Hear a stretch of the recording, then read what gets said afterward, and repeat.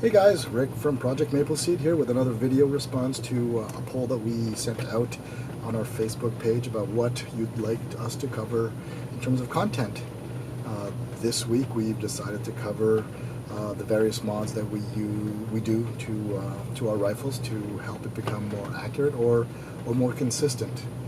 So this particular rifle is a donation from Korth Group Limited, one of our great sponsors.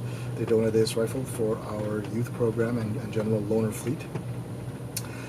Generally what we do when we receive a rifle is we'll take it out to the range. We'll put our standard Mapleseed USGI sling on it so that we can practice using our program of instruction. And we'll typically either put tech sights on it, or we'll get a rail and put an inexpensive scope and see where she groups. This particular rifle out of the box groups roughly at nickel size 5-shot group at 25 meters, so it's more than enough for a Project Mapleseed event with iron sights. The next thing that we do, and why we upgrade the sights, is the fact that the stock Ruger sights, while usable, they're far from adjustable in terms of the level of refinement we need to dial someone in on the range. So what we do is we've replaced that with tech sights, or as I said before, with an inexpensive scope, either Simmons fixed 4-power or a Simmons 3-9 zoom scope. After we upgrade the sighting system or the optics, we'll put in what's called the auto bolt mod, and that's basically allowing us to, once the bolt is locked back, you can just pull on it and release it without having to hold the bolt release down here. And to do that, there's a number of videos online, but basically just looking at the stock piece where we see that V-shaped hole, we just basically take that tooth out and round it out, and that's all the auto bolt is. So instead of having to fiddle with this, which some of the youths that are in the program struggle with when we get new rifles on the line, we eliminate that. So that just gives them more peace of mind and allow them to focus on shooting the groups instead of worrying about the mechanical issues they've got trying to get the rounds charged. Why we standardize on the 1022, and we have standardized on the 1022 within the program for a number of reasons. One is that they're fairly inexpensive, and everyone has them. Well, not everyone, but a lot of people have them. Also, that gives us mag interchangeability. The other reason is that there's also a lot of these on the market, so we can get used ones fairly inexpensively. Plus, when we need to find replacement parts, they are readily available, and because they're mass produced, they're quite affordable.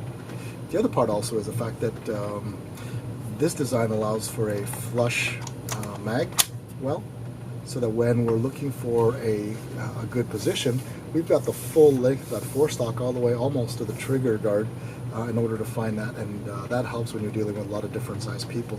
The Remington 597 has the same flush design, although it's got a little bump, but the Marlin 795, Savage 64, the CZs have kind of a stick mag that tends to get in the way, and then when folks try and get close to it, then they'll kind of lean on the sticking out mag, and that could cause some misfeeds or jams when they're using it. So that's the other reason why we kind of selected the 1022. Again, you don't have to buy one for Mapleseed. Shoot what you've got. It's really teaching you how to use your rifle, and we'll teach you to work around kind of the physical limitations, if any, that they're trying to find a good solid position brings when you're using your own rifle. The other modding, and you can stop there and you've got a perfectly serviceable rifle that's going to be reliable and excellent for a Mapleseed. If you wanted to spend more money, again, that's if, you don't have to. If you want to spend more money, the next recommendation I'd make is to provide a better, crisper trigger. And you can, there's several levels of triggers from a very inexpensive do-it-yourself trigger job, and there's tons of videos on YouTube that walk you through and how and what, so you can do that. The next level from there is a wool quartz and hammer, just a hammer. It comes with there's a shim pack and a hammer and a couple of other little bits, and that's about $38 at Brownells. That's really the minimum, and that's where I stopped in terms of upgrading my own rifles. It gives me a 2.5-pound crisp trigger break with a good clean reset that I never needed more. Now you can go up from there and go all the way up to $300 for a kid trigger. I've shot a kid trigger. They're phenomenal. They're they're basically a target trigger. But again, you don't need it for Mapleseed. If you want to spend, between $150 to $300, go for it. But I think for a Mapleseed, it's probably overkill. Again, the whole thing about Mapleseed is to teach you to shoot your rifle with the trigger the way it is. So one of the exercises we do is kind of a trigger familiarization, so you can get used to where the trigger breaks and where it resets. So in this case, this is a stock trigger, and again, I'm able to get some pretty decent groups with it as is, so it's just a matter of practice. But again, if you want to spend more, you can. After that, it's really sky's the limit. You can replace the receiver, you can replace the bolt, you can replace the barrel, but again, you don't have to. As parts wear out, you may want to replace the extractor and maybe the firing pin if you're getting some inconsistent extraction or inconsistent failures to fire, where you can see some light rim strikes. That's about it.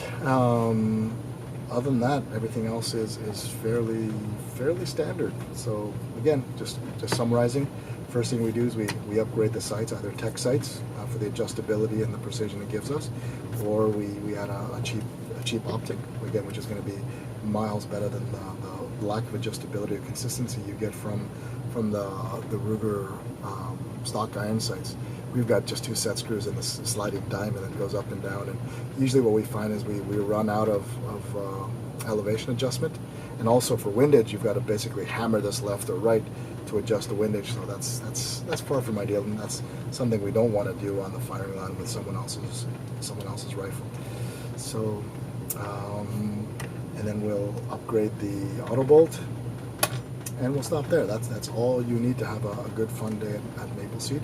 Again, if you want to go one level up, swap out the hammer for a bull quartz and hammer, and get a nice crisp 2.5 pound pull, and obviously add your USGI sling, and some way of adjusting the cheek weld if your body isn't giving a good cheek weld. And there's a lot of videos about how to get a good cheek weld and things like that. So that's it. That is the basic mods that we do to our loaner rifles. If you have any questions, send us an email at info@mapleseedrifleman.com, or post a question on the Facebook group, Project Mapleseed. Anyway, we'll look forward to seeing you on the firing line.